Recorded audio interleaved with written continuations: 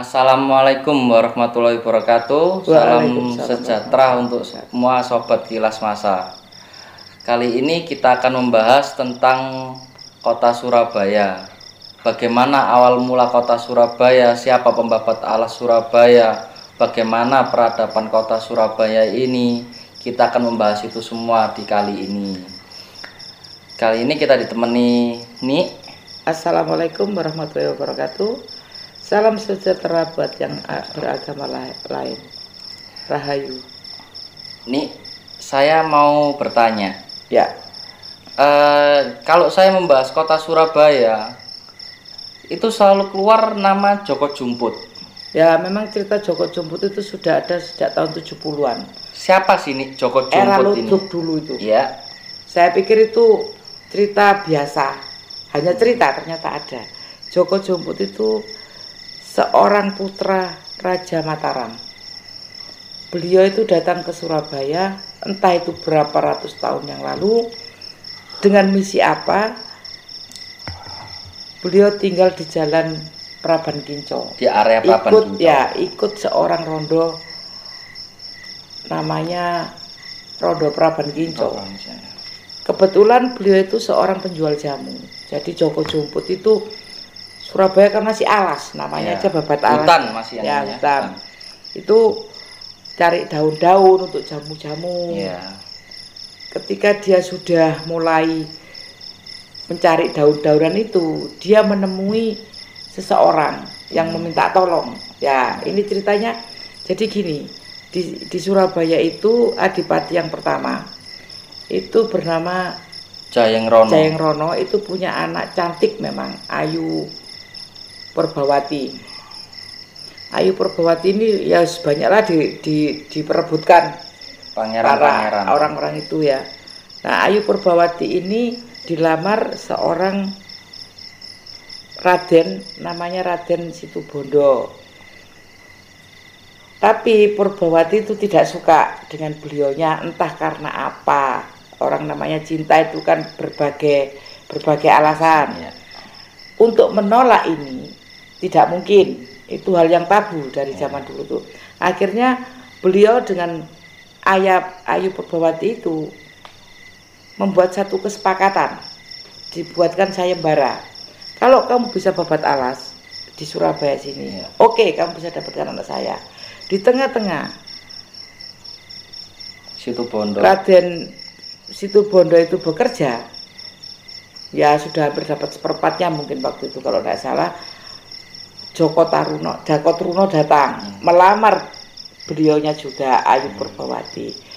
Mau menolak tidak mungkin, menerima apalagi, karena di sini sudah ada yang menjalankan sayembara tadi. Oh iya ya. Langsung bapaknya si Ayu Perbawati tadi bilang, wes kamu berdua di sana sudah ada Raden Situbondo, babat alas sana. Siapa yang menang itu yang mendapatkan anak saya. Oke, Joko Truno berangkat.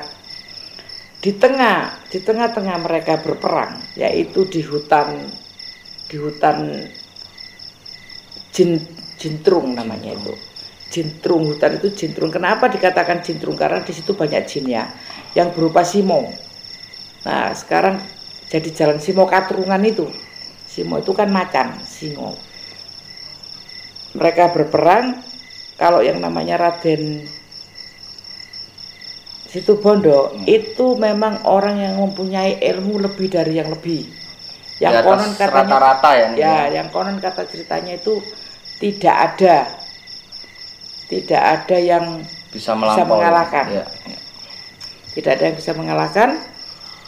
Berperanglah dengan Joko Truno. Saat rame-ramenya berperang,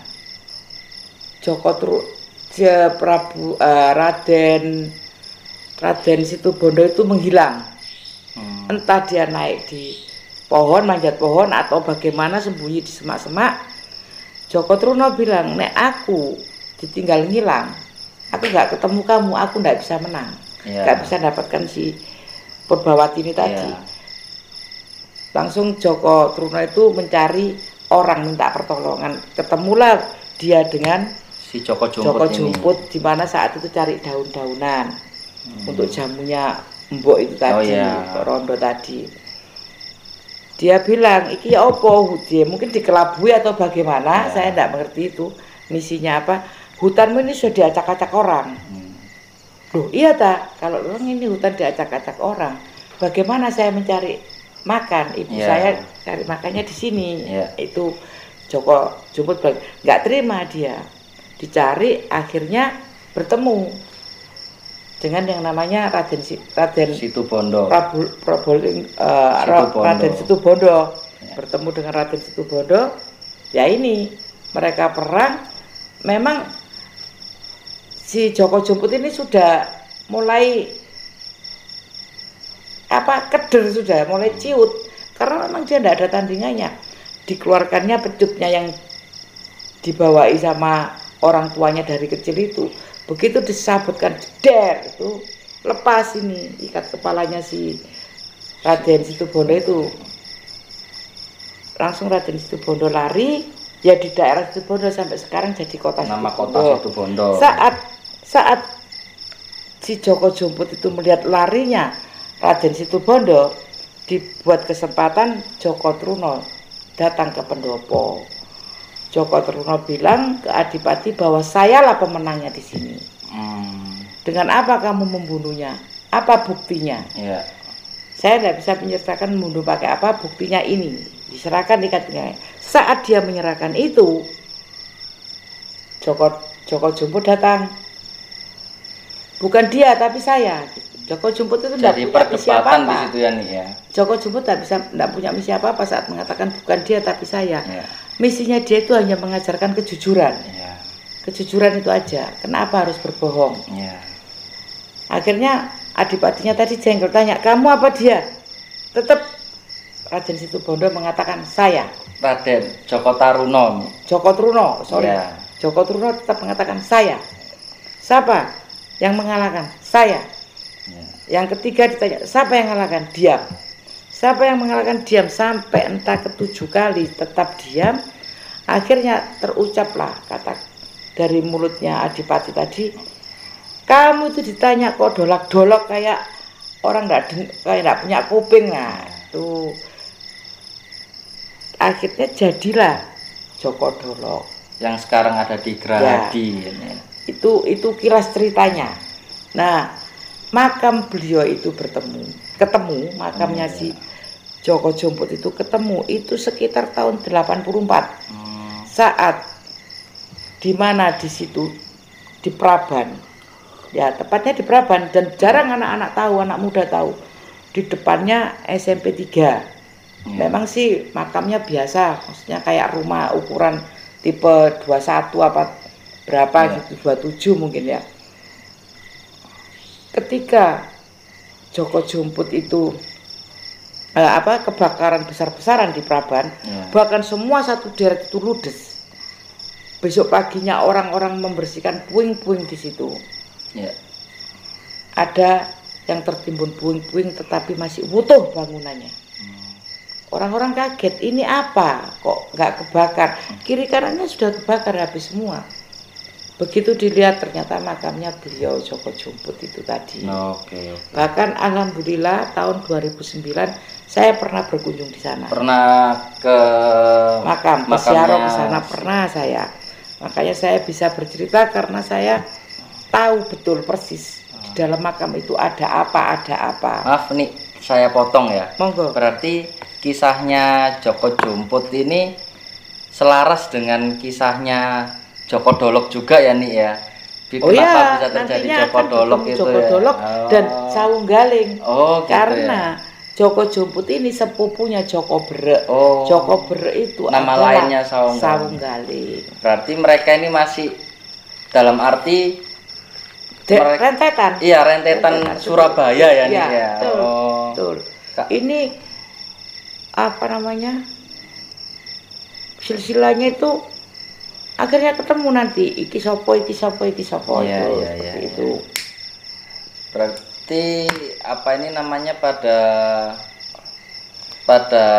tahun 84 itu tadi ketika ada kebakaran hebat, warga Surabaya sebagian yang dulu gak tahu pemakaman di situ, akhirnya mengetahui di situ ada pemakaman. Nah, itu bukan warga Surabaya, saya tekankan. Bukan warga Surabaya, hanya sekitaran orang-orang Praban. Oh. Karena sampai detik ini pun, kalau kamu bertanya, apalagi anak, tidak tahu Joko Jumput siapa, makam yang tidak tahu. Ya. Karena makam itu nyaris seperti rumah huni biasa. Di tengah gedung-gedung bertingkat, dia nyempit tempatnya itu.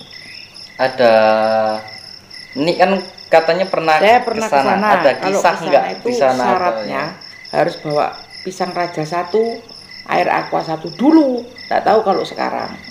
Tahun 2009.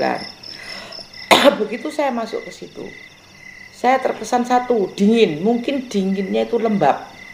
Karena dindingnya itu terkesan banyak yang kena lembapan gitu. Oh ya, resapan air gitu ya. Iya. Di situ ada 4 makam.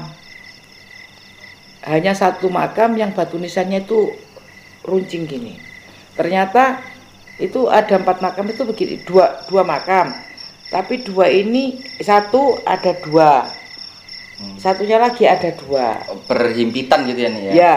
Nah, yang ternyata yang batu nisannya runcing itu beliaunya makam Joko Jumput.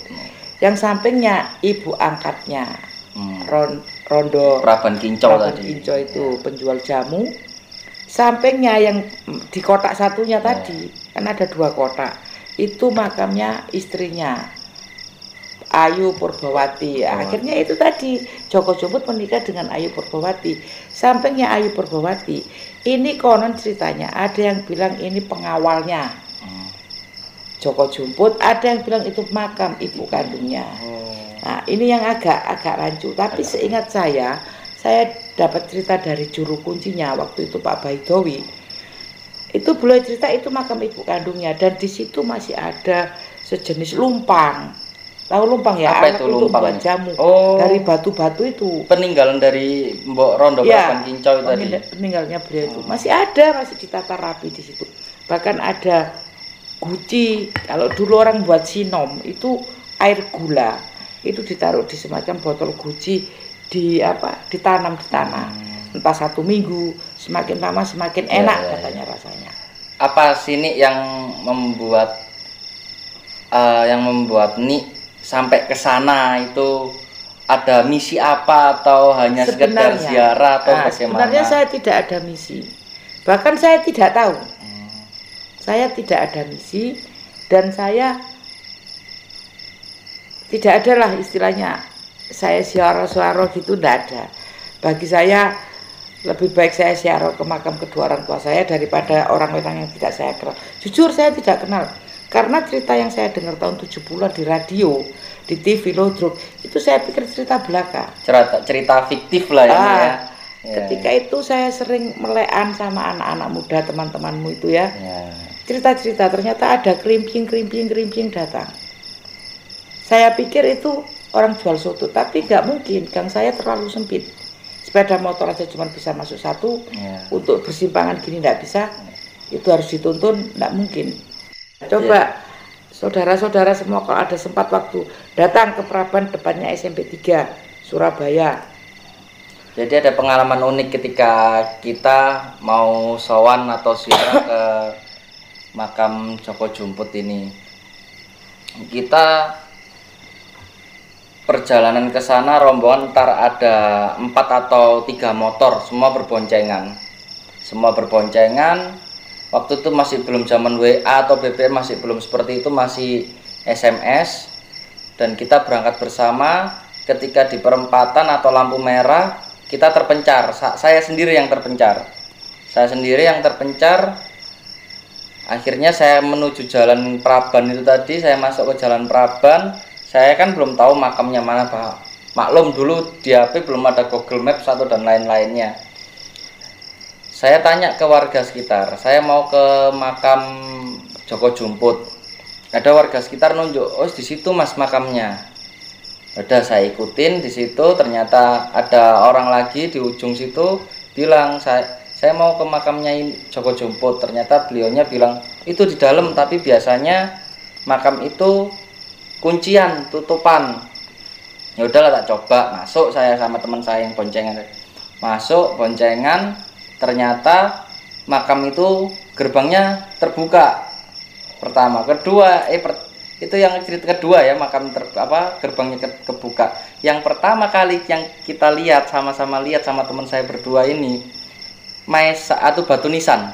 Kalau orang Jawa bilangnya maesan, tapi kalau bahasa Indonesia batu nisan. Batu nisan ini nyala kuning, entah itu halusinasi saya atau cuman saya karena ketakutan. Waktu itu lorongnya memang gelap banget, gak ada penerangan sama sekali, gelap banget lorongnya. Masuk situ ternyata ada warna kuning di batu nisan tadi. Saya sama teman saya langsung kayaknya bukan ini. Iya, kita balik lagi akhirnya. Balik, kita telepon teman-teman lainnya, ternyata teman-teman udah masuk area pemakaman Joko Jumput. Saya muter terus tanya orang-orang sampai dari rumah. Saya belum sempat ke sana. Sampai detik ini pun saya belum sempat ke sana. Dan konon ceritanya sampai sekarang kalau Kamis malam Jumat itu di daerah Praban Kincau masih terdengar suara krimping. Yang katanya orang-orang sana termasuk juru kunci yang sekarang, kalau tidak salah Pak Munandar yang sekarang ini, beliau bercerita bahwa itu adalah Joko Jumput inspeksi, istilahnya inspeksi. Jadi ingin patroli istilahnya ini ya, patroli gitu ya. Sampai sekarang seperti itu masih ada itu krimping. Jadi krimping yang sudah hampir 3 hari kita dengar, yang kita abaikan waktu itu melambang, padahal kita tidak pernah menyebut beliau. Ya, ini sekilas cerita tentang Joko Jumput yang istilahnya itu beliaulah pembabat alas kota Surabaya sampai ada yang namanya jalan Simokatrungan, itu adalah areanya Joko Jumput waktu itu untuk mencari dedaunan buat jamu-jamu Mbok Praban Kincau itu tadi, Mbok Rondo Praban Kincau. Jadi tolong, kalau memang anak-anak muda ini ingin tahu, datang aja biar tahu. Oh, kita sing babat ala Surabaya. Tepatnya di Jalan Praban, depannya SMP 3. Kalau anak muda zaman sekarang tidak tahu itu, kasihan kalian. Ini sejarah. Mungkin kalau teman-teman mau main ke sana, mau sowan ke sana, mau ziarah ke sana, silakan. Terus kalau ini itu tempatnya di pertengahan kota kok teman-teman, di pinggir jalan. Cari aja di Google, kan sekarang udah ada. Sekarang apalagi sudah mudah. Tidak search zaman saja saya dulu. Keywordnya makam Joko Jumput pasti udah keluar. Jadi mungkin kisah dari Surabaya Joko Jumput ini siapa Joko Jumput, bagaimana perjuangannya Joko Jumput seperti itu tadi. Mungkin kalau ada salah kata, salah cerita, salah penyebutan nama dari kita atau dari ini, kami mohon maaf sebelumnya. Karena ini sebatas yang saya tahu, sebatas dan saya alami, pengalaman kita. Jadi saya tidak hanya tahu, saya mengalami, datang sendiri ke sana. Mungkin juga kalau ada cerita kita yang salah, saya kurang berkenan untuk teman-teman, ya saya mohon maaf sekali lagi. Untuk teman-teman yang mau berbagi pengalaman cerita atau apa, silakan komen di bawah. Untuk kali ini sekian. Assalamualaikum warahmatullahi wabarakatuh.